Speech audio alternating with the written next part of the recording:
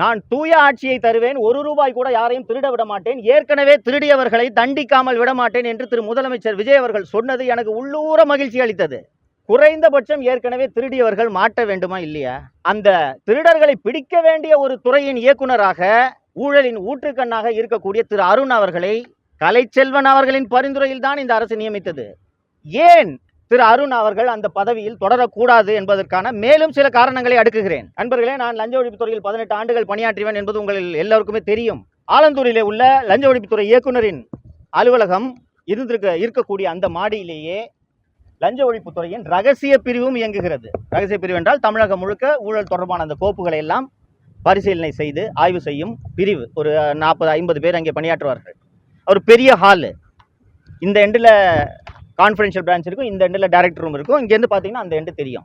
நான் ஏற்கனவே சொன்னேன், லஞ்ச ஒழிப்புத்துறைக்கு சம்பந்தமே இல்லாத, லஞ்ச ஒழிப்புத்துறையோட அந்த பணியாளர் பட்டியலில் இல்லாத ஐயப்பன் என்பவரை திரு அருண் அவர்கள் அழைத்து கொண்டு லஞ்ச ஒழிப்புத்துறைக்கு வந்திருக்கிறார் என்பதை நான் ஏற்கனவே சொன்னேன். இதுபோக சென்னை மாநகர காவல்துறையில் பணியாற்றக்கூடிய 20 காவலர்களை எதற்கென்றே தெரியாமல் திரு அருண் அவர்கள் அழைத்து அவரது அறைக்கு எதிரே இருக்கக்கூடிய இணை இயக்குனரின் அலுவலகத்தை காலி செய்துவிட்டு அங்கே அவர்களை அமர வைத்திருக்கிறார் என்று நான் ஏற்கனவே சொன்னேன். இப்போது அந்த இயக்குனர் அலுவலகத்தை வெளியில் இருந்து பார்த்தால் யார் வருகிறார்கள், யார் போகிறார்கள் என்பது தெரியாத வகையில் ஒரு தடுப்பு எழுப்பப்பட்டுள்ளது.